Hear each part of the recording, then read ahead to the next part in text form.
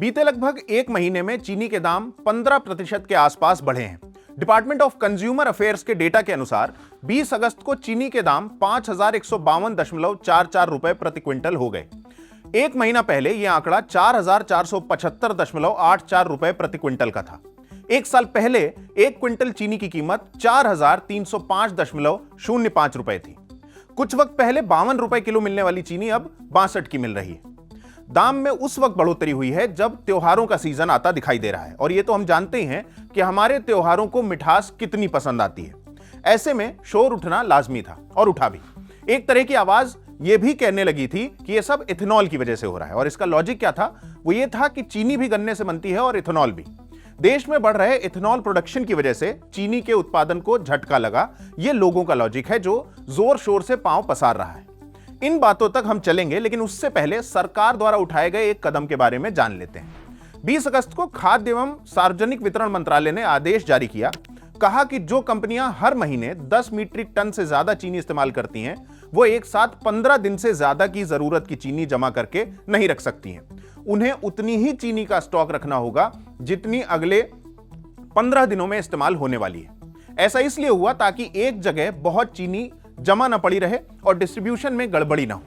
और यहीं यह भी बता दें कि सरकारी संस्थाओं को इस आदेश से बाहर रखा गया है। इन सभी बातों के मद्देनजर सोशल मीडिया पर बातें चल पड़ी। सबसे पहले देखते हैं राजनीतिक बातें।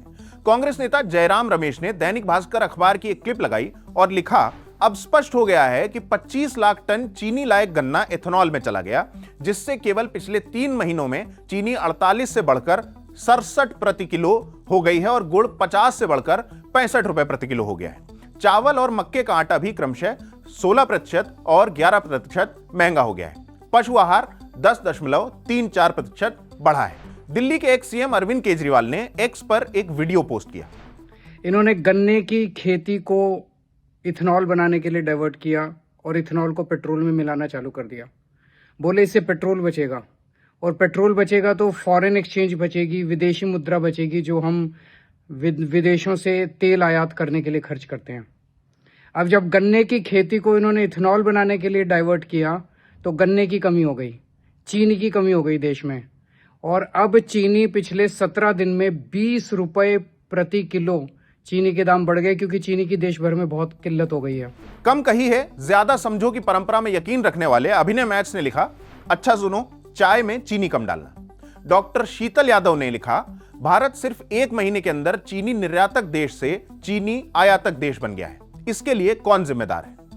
असल में भारत सरकार ने 10 अक्टूबर के अंत तक 10 लाख मीट्रिक टन कच्ची चीनी को बिना इंपोर्ट ड्यूटी के भारत लाने की इजाजत दे दी है। इसके चलते शीतल यादव ने यह बातें लिखी थी। वॉइड कॉस्मिक एंट्री ने लिखा कि एथेनॉल ने छीनी रसोई की मिठास, पहली बार चीनी 60 के पार। पत्रकार अरविंद चोटिया ने लिखा, एथेनॉल से पेट्रोल सस्ता नहीं हुआ, लेकिन चीनी जरूर महंगी हो गई। उधर बहुत सारे लोग ऐसे भी दिखे जिनकी एथेनॉल और चीनी के बढ़ते दामों के बीच बनाए जा रहे इस कनेक्शन के बारे में कुछ अलग ही राय थी। रजत मेहता ने चीनी इंपोर्ट के बारे में लिखा कि चीनी का आयात मौसम, प्रोडक्शन, स्टॉक्स और उपभोग के बारे में जानकारी देता है, न कि E20 के बारे में। उन्होंने यह भी बताया कि भारत E20 के बहुत पहले चीनी इंपोर्ट करवाता था। अर्जुन ने लिखा कि बेवकूफी की बात यह है कि कोई यह समझ ही नहीं रहा है कि एथेनॉल सेल्यूलॉइड रॉ मटेरियल से भी बन सकता है। नीलेश राजुरकर ने समझाया, एथेनॉल चीनी से नहीं बनता, वो शीरे से बनता है, जो चीनी निकलने के बाद बचा हुआ प्रोडक्ट होता है। सीए राहुल सैनी ने भी एक बात समझाई। उन्होंने कहा कि 75% एथेनॉल अनाज से बनता है, जबकि महज 25% ही गन्ने पर बेस्ड कच्चे माल से आता है। इन्होंने इस बात पर भी जोर दिया कि गन्ने से बनने वाले एथेनॉल का 40% हिस्सा तो शीरे से आता है। इन आंकड़ों पर हम आगे बात करेंगे। इस सब के बीच बिहार के सूचना और जनसंपर्क मंत्री श्रवण कुमार का यह वीडियो वायरल हो रहा है। उनसे चीनी के बढ़ते दामों के बारे में पूछा गया तो उन्होंने ये कहा, ऐसे भी चीनी लोग कम खा रहे हैं लोग, सबको तो आजकल बीमारी हो गया, मिठाई उठाई कम खाते हैं। आजकल तो सब डायबिटीज के शिकार हो रहे हैं। तो मैं समझता हूँ कि चीनी के दाम के बढ़ोतरी से कोई फर्क पड़ने वाला नहीं। सोशल मीडिया की बातों के बाद ये थी मौज की बात। अब चलते हैं मुद्दे पर। 8 अप्रैल की एक खबर है। फिलहाल भारत में चीनी की सप्लाई की स्थिति स्थिर है। लेकिन सरकार को ऐसे कदम उठाने होंगे जिससे चीनी उद्योग की आर्थिक हालत ठीक रहे और गन्ना किसानों को समय पर भुगतान किया जा सके। इंडियन एक्सप्रेस की इसी रिपोर्ट में national federation of cooperative sugar factories limited के प्रेसिडेंट हर्षवर्धन पाटिल के हवाले से लिखा गया था, 2025-26 के सीजन में देश में करीब 281 लाख टन चीनी का उत्पादन होने का अनुमान है। इसमें से करीब 28 लाख टन चीनी एथेनॉल बनाने के लिए इस्तेमाल की जाएगी और यह अनुमान लगाया जा रहा है। हर्षवर्धन ने इसी बारे में 3 चीजें और बताई। पहली कि मिल से निकल रही चीनी की कीमत 3,850 रुपए प्रति क्विंटल है, जबकि प्रोडक्शन में 4,100 रुपए की लागत आती है। ऐसे में हर क्विंटल पर 250 रुपए का लॉस हो रहा है। दूसरी बात, एमएसपी की समस्या। गन्ने की तय एमएसपी किसानों की बढ़ी हुई लागत के हिसाब से पर्याप्त नहीं है। 2019-2020 में गन्ने की एफआरपी यानी किसानों को मिलने वाली उचित कीमत थी 2,075 रुपए प्रति क्विंटल। अब यह एफआरपी बढ़कर 355 रुपए प्रति क्विंटल हो गया है, यानी गन्ने की लागत और किसानों को मिलने वाली कीमत दोनों बढ़ी है, मगर एमएसपी में उस हिसाब से बढ़ोतरी नहीं हुई है। और इसीलिए मांग की जा रही है कि चीनी का एमएसपी बढ़ाकर 41 रुपए प्रति किलो किया जाए। इससे चीनी मिलों और किसानों की स्थिति थोड़ी बेहतर होगी और उत्पादन की लागत और बिक्री से होने वाली कमाई के बीच का अंतर भी कम होगा। हर्षवर्धन की तीसरी बात, एथेनॉल की कीमत भी एक समस्या है।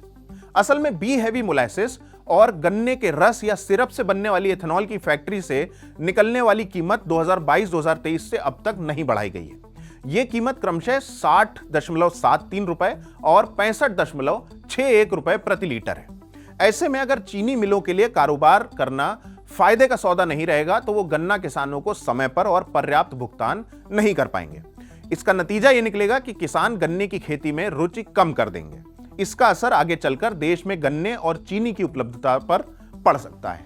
अब यह हुई चीनी मिल और गन्ने की किसानी की बात। एक रिपोर्ट और आई थी, यह थी 13 अक्टूबर 2025 की, लगभग 1 साल पहले की।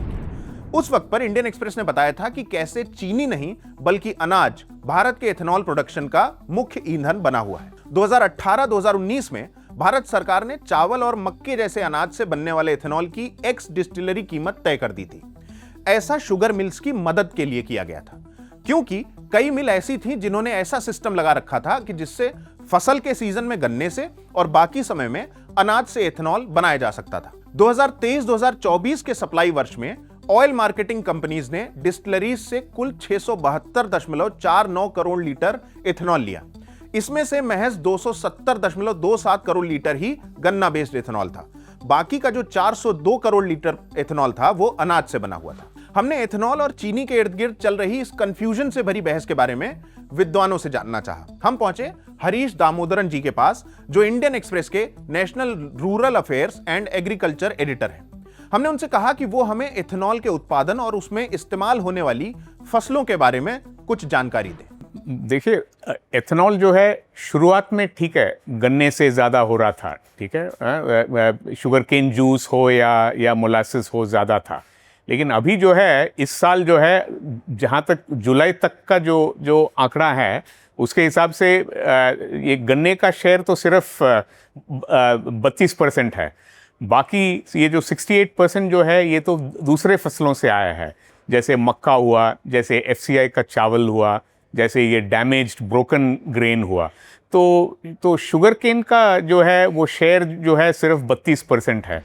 हरीश जी से यह भी जानना चाहा कि क्या एथेनॉल के बढ़ते उत्पादन और चीनी के बढ़ते दामों में कोई सीधा कनेक्शन है?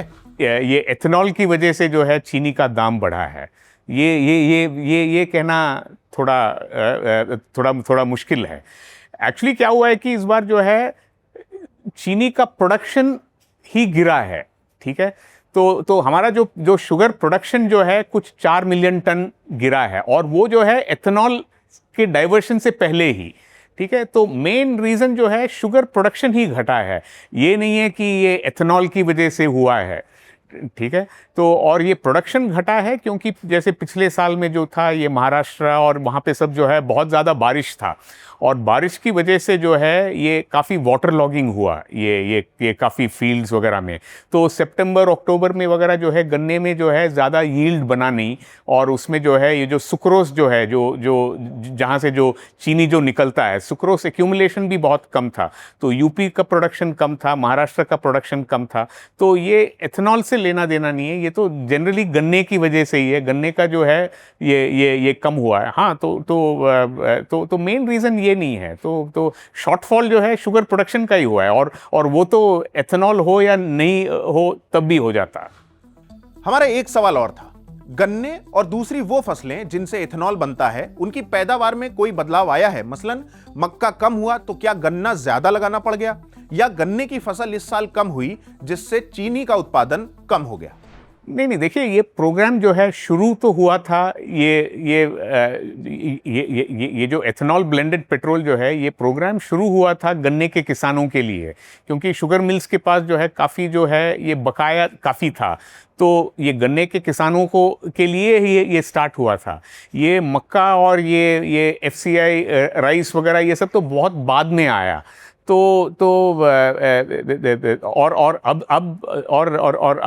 अब तो ये बात हो गई है कि ये ज़्यादा जो है ये मक्के और ये FCI राइस से चल रहा है। ये शुगर केन से ज़्यादा कुछ लेना देना नहीं है, मतलब बहुत कम हुआ है, सिर्फ 32%। तो ये थी चीनी और इथेनॉल और त्योहारों के सीजन में बढ़ते दामों की पूरी बात। तमाम टॉपिक्स पर हमारे टेक और एनालिसिस के लिए बने रहे हमारे साथ। मेरा नाम है केतन, देखते रहिए इंडियन एक्सप्रेस हिंदी।